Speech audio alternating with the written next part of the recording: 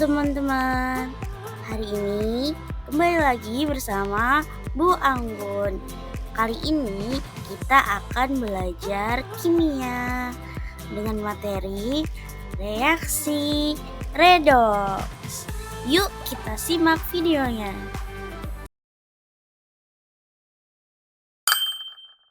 Pertemuan pertama, kita akan fokus mempelajari konsep redoks dan juga bilangan oksidasi. Jadi, apa itu redoks? Redoks adalah singkatan yang berasal dari dua kata, yaitu red dan ox. Red mewakili kata reduksi dan ox mewakili kata oksidasi. Lantas, apa itu reduksi dan apa itu oksidasi? Mari kita cari tahu. Definisi redoks ditinjau dari tiga hal ini, yaitu dari oksigen, elektron, dan juga bilangan oksidasi. Perlu diingat apabila pada suatu reaksi kimia terdapat zat yang berada di sebelah kiri tanda panah, berarti zat itu diikat.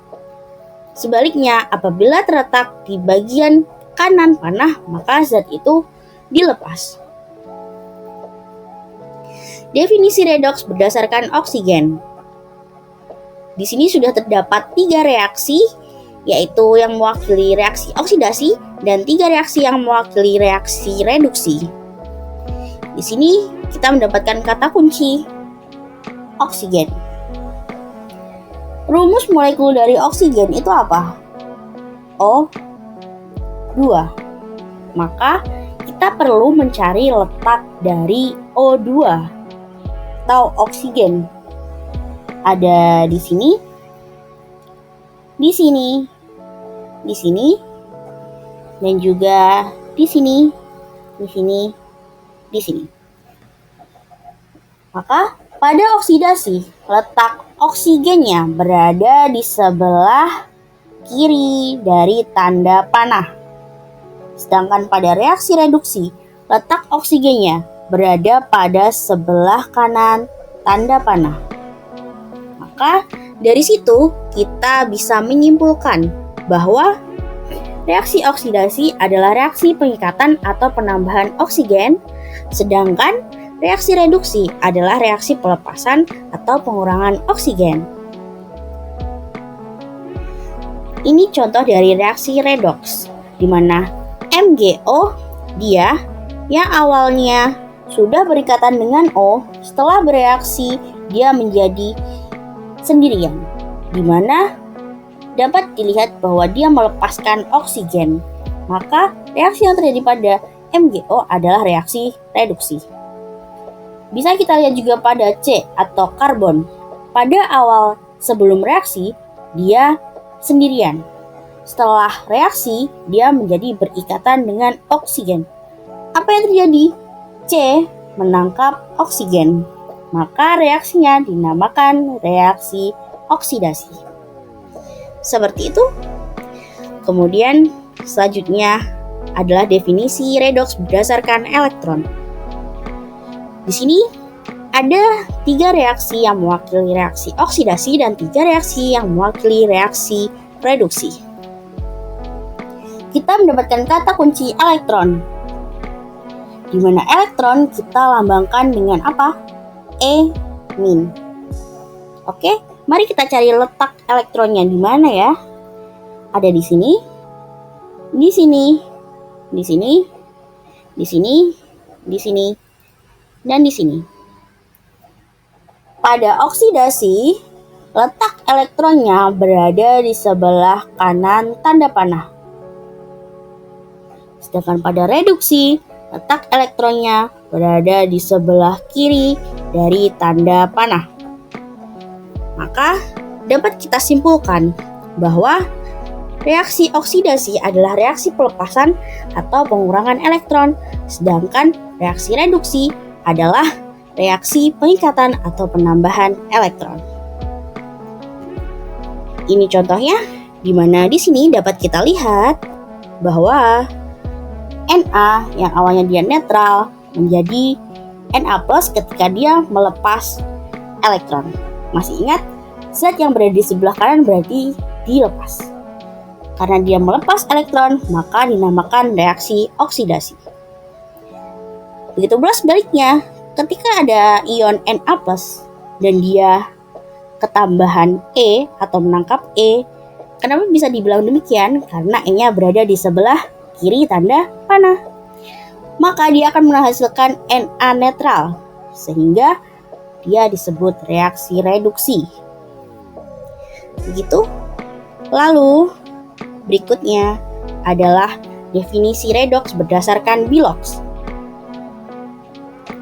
Reaksi oksidasi adalah reaksi peningkatan bilangan oksidasi. Sedangkan reaksi reduksi adalah reaksi pengurangan atau penurunan bilangan oksidasi. Ada banyak aturan Bilox yang perlu kita cermati. Yang pertama, yaitu Bilox suatu unsur bebas adalah 0. Sebenarnya apa sih yang dimaksud dengan unsur bebas itu?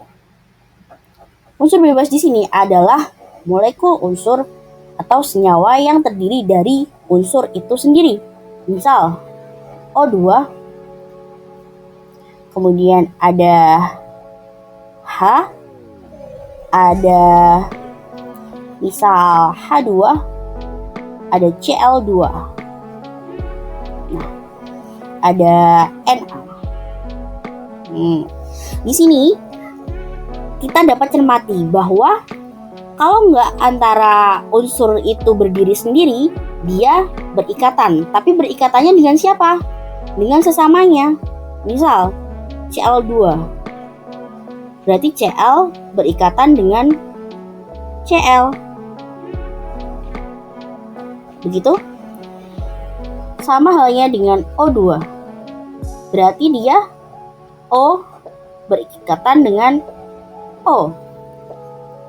H sendiri, H2, H berikatan dengan H. Jadi unsur bebas yang demikian itu ya, itu memiliki bilangan oksidasi 0. Kemudian Bilox unsur halogen atau golongan 7A adalah -1. Kemudian Bilox unsur golongan 1A adalah +1 dan unsur golongan 2A adalah +2. Kemudian Bilox senyawa ion sama dengan jumlah muatannya.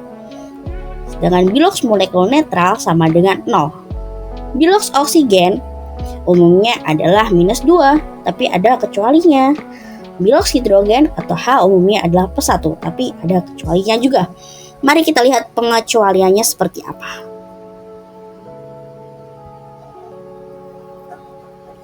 Di sini pengecualian H pada senyawa hidrida, di mana H menjadi Biloxnya -1. Misalnya pada NaH, Ca, H2, dan AlH3, seperti pada gambar. Kemudian, bilangan oksidasi unsur O, pengecualiannya pada ketika bertemu dengan F, senyawa biner, di mana O-nya memiliki Bilox +2, kemudian pada peroksida seperti H2O2 dan BaO2, O memiliki Bilox -1, dan juga pada senyawa superoksida bilangan oksidasi O menjadi -0,5, seperti pada KO2 dan NaO2.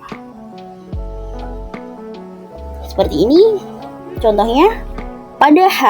Ini kita bisa lihat di mana H yang awalnya memiliki Bilox 0 karena dia unsur bebas menjadi memiliki Bilox +1.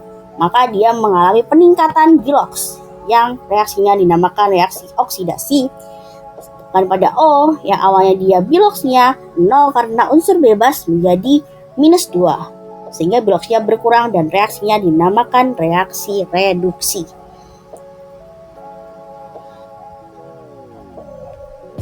Ini daftar Bilox golongan utama. Ini latihan soal untuk kalian kerjakan nanti. Dan kemudian ini ada lagu untuk kita menyimpulkan pembelajaran hari ini.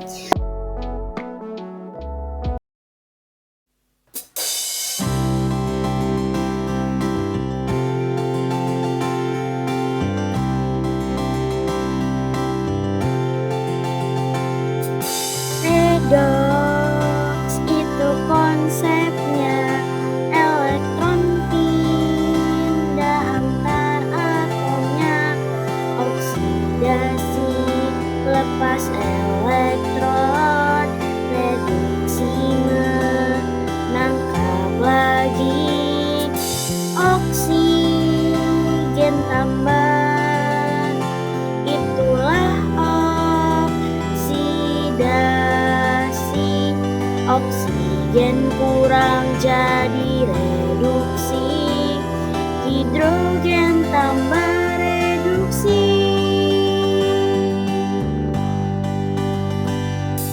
Bilox naik itu oksidasi, bilox turun tandanya reduksi.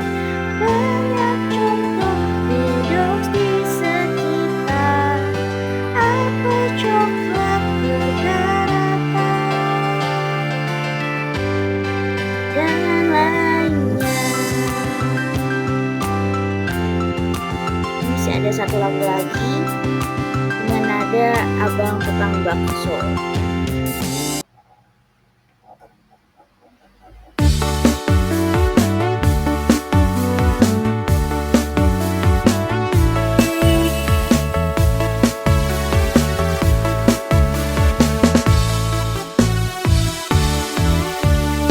Unsur bebas itu biloxnya selalu sama dengan 0.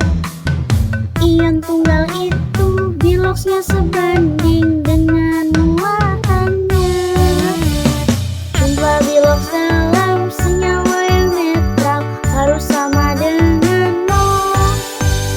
Jumlah bilox dalam ion poliatom sama dengan muatan. Biloxnya O umumnya -2, namun ada pengecualiannya. Pada peroksida jadi -1, superoksida menjadi -1/2.